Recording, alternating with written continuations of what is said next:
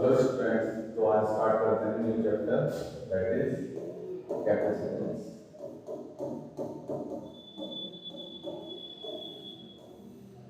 तो capacitance chapter को समझने से पहले सबसे पहले समझेंगे कैपेसिटर क्या होता है। तो हेडिंग डाल दो यहाँ पर कैपेसिटर।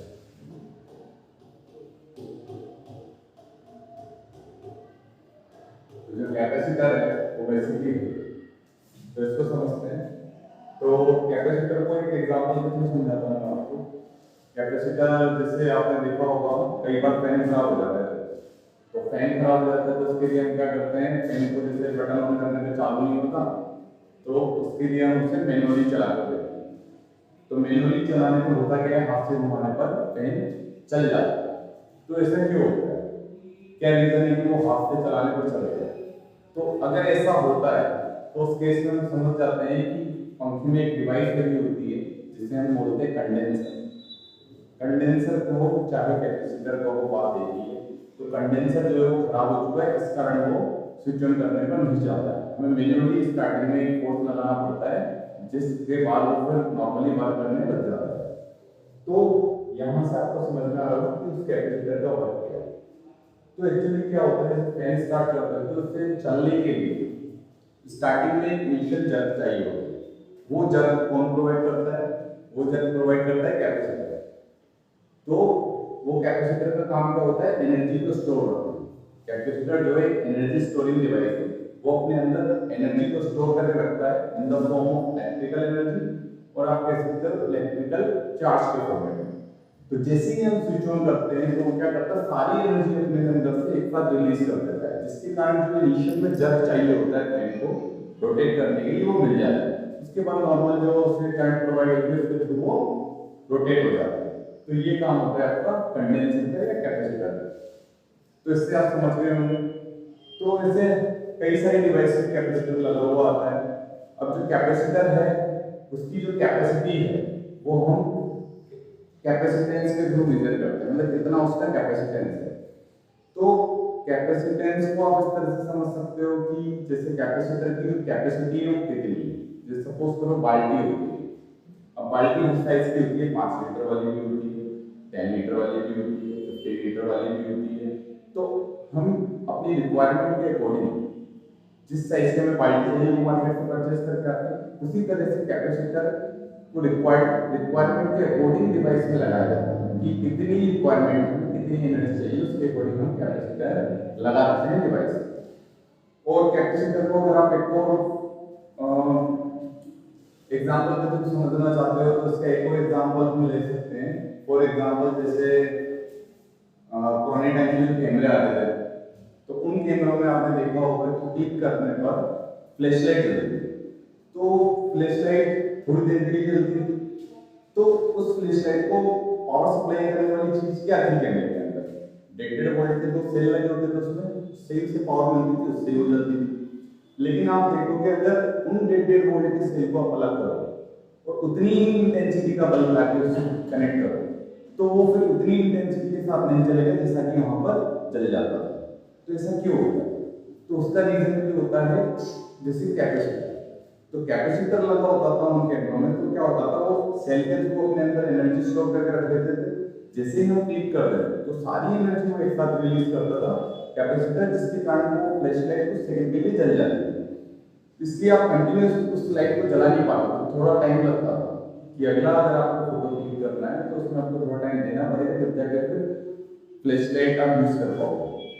तो ये काम है कैपेसिटर। तो आई होप आपको क्लियर हो गया होगा कैपेसिटर होता क्या है। तो इसकी डेफिनेशन अगर हम लिखना चाहें तो क्या लिखेंगे, तो इसमें लिखेंगे it is a energy storage device. एक एनर्जी स्टोरेज डिवाइस है।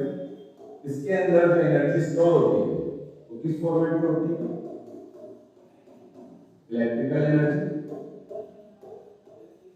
और आप इसे कह सकते हो कि इलेक्ट्रिक चार्ज के फॉर्मेट में एनर्जी स्टोर रहती है इसमें। तो ये बातें आप बता सकते हो। ठीक है, अब कैपेसिटर बनता कैसे वो हम आगे देखेंगे। उससे पहले हम समझते हैं कि कैपेसिटेंस क्या है।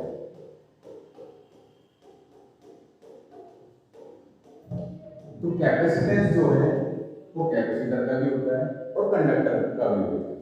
किसी भी कंडक्टर का कैपेसिटेंस आप निकाल सकते हो। तो कैपेसिटेंस जो है वो, जैसे अगर हम बात करें, हम यहाँ पर लेते हैं कंडक्टर, ठीक है, एक कंडक्टर मैंने ले लिया। तो अगर उसका कैपेसिटेंस अगर मुझे डिफाइन करना है तो मैं किस तरह से डिफाइन करूंगा? तो कैपेसिटेंस जो होता है उसे हम रिप्रेजेंट करते हैं C से। तो ये होता है Q बाय V। इसकी वैल्यू होती है, कहां से आता है कि अगर आप किसी भी कंडक्टर को Q चार्ज देते हो तो उसके कारण उस पर जो पोटेंशियल क्रिएट होगा वो होगा V। तो जैसे जैसे आप ये चार्ज को इंक्रीज करोगे कंडक्टर का, तो वैसे वैसे क्या होगा, इसका कंडक्टर का पोटेंशियल इंक्रीज होता हुआ जाएगा। तो यहां से अगर प्रोपोर्शनलिटी कांस्टेंट हटाते हैं तो क्या आता है C, जिसे हम बोलते हैं कैपेसिटेंस ऑफ द कंडक्टर। ठीक है, अगर इसमें हम डेफिनेशन पे जाएं तो क्या बोलेंगे? तो डेफिनेशन पे जाएंगे तो हम ये बोल सकते हैं कि किसी भी कंडक्टर का पोटेंशियल अगर हमें 1 वोल्ट इंक्रीज करना हो तो उसके लिए जितना चार्ज रिक्वायर्ड होगा वो उस कंडक्टर की कैपेसिटेंस के इक्वल होगा। ये इसकी डेफिनेशन हो जाएगी। ठीक है, तो यहां से हमने ये समझ लिया कि कैपेसिटेंस किसी भी कंडक्टर का क्या होता है और उसका फॉर्मूला कैसे लिखा जाता है। ठीक, अब यहां पर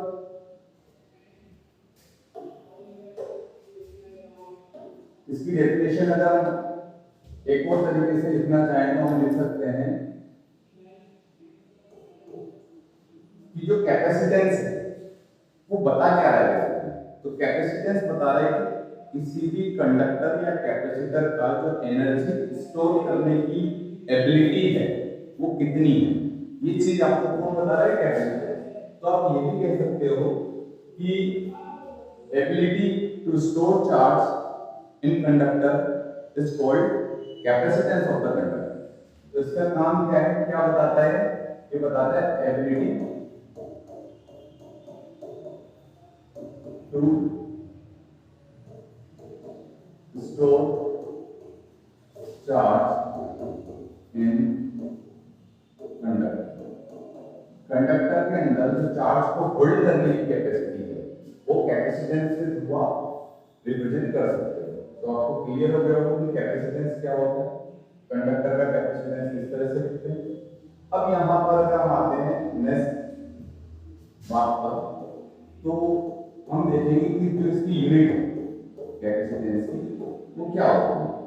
तो अगर हम यूनिट पर जाए तो फॉर्मूले के थ्रू हम चलते हैं। तो यहाँ से आपको पता चलेगा कि जो C है वो होता है Q/V किसी भी कंडक्टर के लिए। हमें पता है जो चार्ज की ऐसा यूनिट है वो होती है कूलम, और जो पोटेंशियल की ऐसा यूनिट होती है वो होती है वोल्ट। और 1 कूलम पर वोल्ट को हम क्या बोलते हैं? फैराड। इसी को हम बोलते हैं फैराड। तो 1 कूलम पर वोल्ट होता है 1 फैराड। तो क्योंकि फैराड काफी बड़ी यूनिट होती है तो यहाँ पे आप ये सुनिए, जो फैराड है तो काफी बड़ी यूनिट होती है। जैसे आपने देखा होगा जो मास है जनरली अगर मेजर करना होता है तो हम केजी में मेजर करते हैं, लेकिन अगर हम टन में बात करने लग जाए तो मास की काफी बड़ी यूनिट होगी टन। उसी तरह से जो कैपेसिटेंस है उसकी एसआई यूनिट होती है फैराड, लेकिन क्योंकि ये काफी बड़ी यूनिट होती है तो इसलिए जनरली जो कैपेसिटेंस है वो माइक्रोफैराड, नैनोफैराड, पिकोफैराड इसमें मेजर किया जाता है। तो जनरली आपको क्वेश्चन में देखने को मिलेगा वो माइक्रोफैराड, नैनोफैराड, पिकोफैराड ये देखने को मिलेगा। तो आप कन्वर्ट कर सकते हैं, माइक्रो का मतलब हो जाएगा 10⁻⁻⁶, नैनो का मतलब हो जाएगा 10⁻⁹, पिको का मतलब हो जाएगा 10⁻²। तो इस तरह से आप कन्वर्ट करके पुट कर सकते हैं। ठीक है, तो ये तो हो गई बात यूनिट की कि ऐसा यूनिट क्या होती है। अब इसके बाद इसमें हम आते हैं इसकी डायमेंशन। तो अगर हम डायमेंशन की बात करें तो जो डायमेंशन होगी कैपेसिटेंस की तो क्या होगी?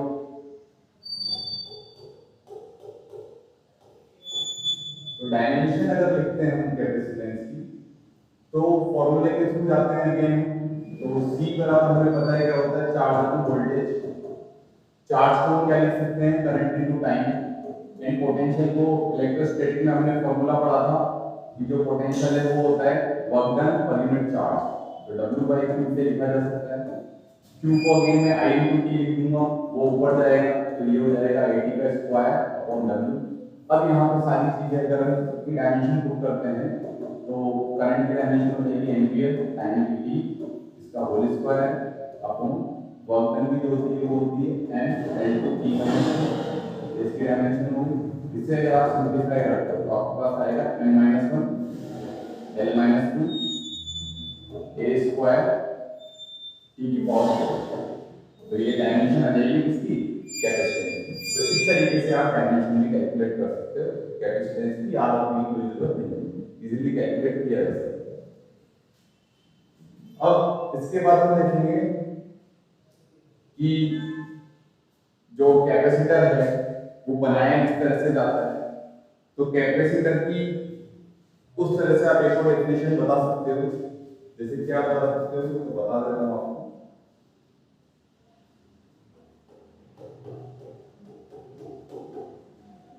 कैपेसिटर जो बनाया जाता है वो किस तरह से बनाया जाता है, तो आप बोल सकते हो pair of conductor having equal and opposite charges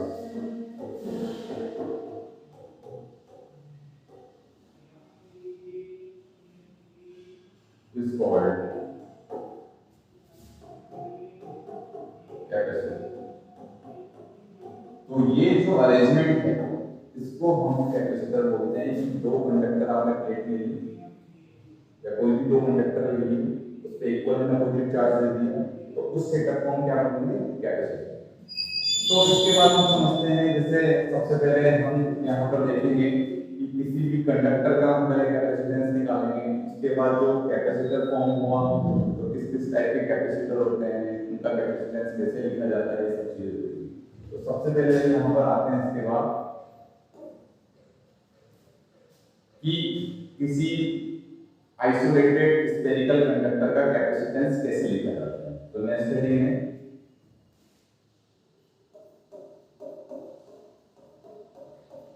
capacitance of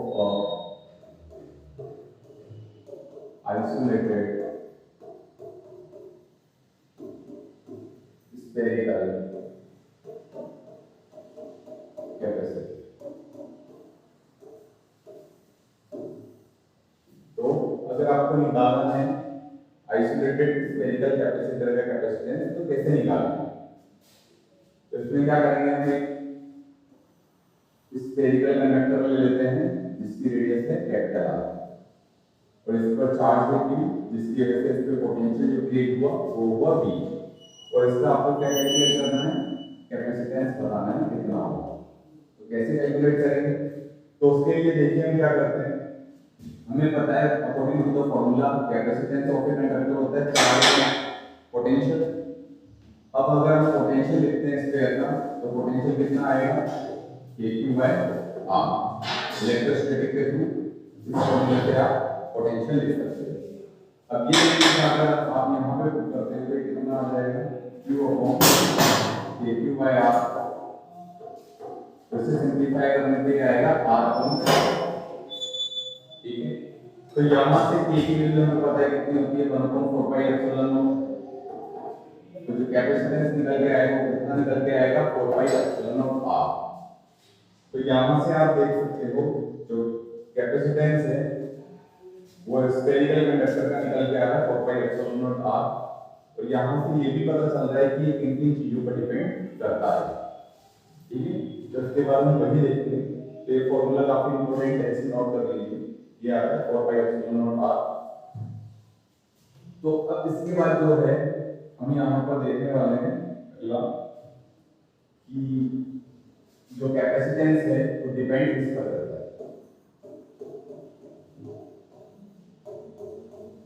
capacitance किन किन बातों पर डिपेंड करता है ये चीज हम देखेंगे। तो डिपेंड की बात करें तो पहला शेप एंड साइज होता है। जैसा अभी हमने फॉर्मूला ड्राइव किया था तो उससे हमें पता चल रहा है कि जो स्फेरिकल कंडक्टर है उसका कैपेसिटेंस आएगा 4πε0r, तो इस पे डिपेंडेंट है रेडियस ऑफ द कंडक्टर, मतलब शेप एंड साइज पे डिपेंडेंट होता है। तो वो दूसरा और किस पे डिपेंड करता है, मीडियम पर, इस पर भी डिपेंडेंट होता है। And third point near by conductor. इन तीन चीजों पर जो है कैपेसिटेंस जो है डिपेंड करता है। ठीक है, कि आपको याद रखना है। अभी हमने फॉर्मूले के थ्रू यहाँ पर देखा भी है शेप एंड साइज पर कैसे डिपेंडेंट है, मीडियम पर भी डिपेंडेंट होता है और नियर बाय कंडक्टर पर भी डिपेंड होता है। क्यों? क्योंकि अगर आप किसी भी कंडक्टर के पास दूसरा कंडक्टर लाते हो तो उसका कैपेसिटेंस बढ़ जाता है। क्यों? क्योंकि कैपेसिटर इस तरीके से तो हम बनाते हैं, दो प्लेटों को पास पास लाते हैं, तो उससे होता ही है, इससे होता ही है कि जो सिंगल कंडक्टर में क्या होता है कि जो इलेक्ट्रिकल एनर्जी है वो इनफाइनाइट रीजन तक फैली हुई होती है। कैपेसिटर बनाने का मोटिव ही ये था कि उस एनर्जी को हम कन्फाइंड जोन में लेते हैं ताकि उसका हम यूज कर सकें, क्योंकि नॉर्मल कंडक्टर का कैपेसिटेंस काफी कम आता है। जैसा वो भी हम ये एग्जांपल के थ्रू देखेंगे तो ये बात आपको पता चल गई, याद रखना है। उसके अलावा एक और बात याद रखना है, जहाँ पे बच्चे बहुत ज्यादा गलती करते हैं, क्या तो नोट डाल के लिख लो कि इस पे डिपेंड नहीं करता है, डज नॉट डिपेंड। जो सी है वो इस पे डिपेंड नहीं करता है, ये भी आपको याद रखना है। इस पे डिपेंड नहीं करता है। चार्ज एंड पोटेंशियल इस पे डिपेंडेंट नहीं होता। ऐसा क्यों लिखा रहा हूं? क्योंकि हम क्या सोचते हैं फॉर्मूले के थ्रू Q बराबर होता है C, तो C जो है चार्ज पे डिपेंडेंट हो सकता है, पोटेंशियल पे डिपेंडेंट हो सकता है, लेकिन ऐसा नहीं होता है। तो ये बात आपको याद रखनी है। इसका रेशियो कांस्टेंट आता है, ठीक है, किसी भी कंडक्टर के लिए इसका रेशियो फिक्स होता है, लेकिन चार्ज और पोटेंशियल पे डिपेंडेंट नहीं होता है। ये बात आपको ध्यान रखनी है। जैसा कि इलेक्ट्रिकल सर्किट में आपने देखा होगा ओम्स लॉ होता है E बराबर IR, तो वहां पे जो रेजिस्टेंस है वो ना तो वोल्टेज पे डिपेंडेंट होता है ना ही करंट पे डिपेंडेंट होता है। उसी तरह से कैपेसिटेंस है, ना ही चार्ज पे डिपेंडेंट होता है ना ही वोल्टेज पे डिपेंडेंट होता है। तो ये चीज क्लियर होगी। और उसके बाद हम एग्जांपल देख लेते हैं जिसके थ्रू जो भी मैंने चीज आपसे कही थी कि कंडक्टर का जो कैपेसिटेंस है काफी कम आता है वो क्लियर हो जाएगा। एक एग्जांपल लिखते हैं, लिखिए कैलकुलेट द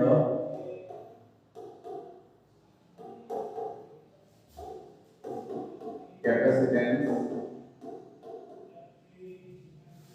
ऑफ अर्थ की रेडियस आपको याद होनी चाहिए वैसे, वो 4 किलोमीटर क्वेश्चन में दे ही सकता है, नहीं भी दे सकता। ठीक, तो अब इस क्वेश्चन को कैसे करेंगे? तो देखो अर्थ जो है हम स्फीयर की तरह ट्रीट कर सकते हैं। तो अगर अर्थ को स्फेरिकल लेते हैं तो स्फीयर का जो कैपेसिटेंस है स्फेरिकल कंडक्टर का वो होता है 4πε0r या फिर r/kb लिखा जा सकता है। तो यहाँ से अगर आप वैल्यू पुट करोगे r की कितनी हो जाएगी 6.00 किलोमीटर। ऐसे ही यूनिट में पुट करोगे तो 10 की पावर 3 से मल्टीप्लाई कर दो, क्योंकि मीटर में पुट करना होगा। k की वैल्यू ऐसा ही यूनिट में होती है 9 × 10 की पावर 9। इसे अगर आप सिंपलीफाई कर दो तो ये वैल्यू आएगी 711.2 माइक्रोफैराड। ये निकल के आएगा कैपेसिटेंस। तो देखो यहाँ पर आप जो अर्थ का कैपेसिटेंस आ रहा है, इतना बड़ा कंडक्टर है, उसका कैपेसिटेंस कितना निकल के आ रहा है 711। अब अपन प्लेनेट को बनाने जाएंगे, ठीक है, ऐसा क्यों हो रहा है? क्योंकि जो इलेक्ट्रिकल एनर्जी वो इनफाइनाइट रीजन तक फैली हुई है, इसलिए ऐसा हो रहा है। तो कैपेसिटर बनाने का पर्पस ही ये था कि उस एनर्जी को कन्फाइंड जोन में लेके आए। तो उससे क्या होता है कि छोटे से कैपेसिटर का जो कैपेसिटेंस होता है वो भी आप इतना ला सकते हो। तो इस तरीके से हमने कैपेसिटर का यूज किया कैपेसिटर बनाकर, ठीक है। तो ये चीज क्लियर हो गई होगी, नोट डाउन कर लीजिए।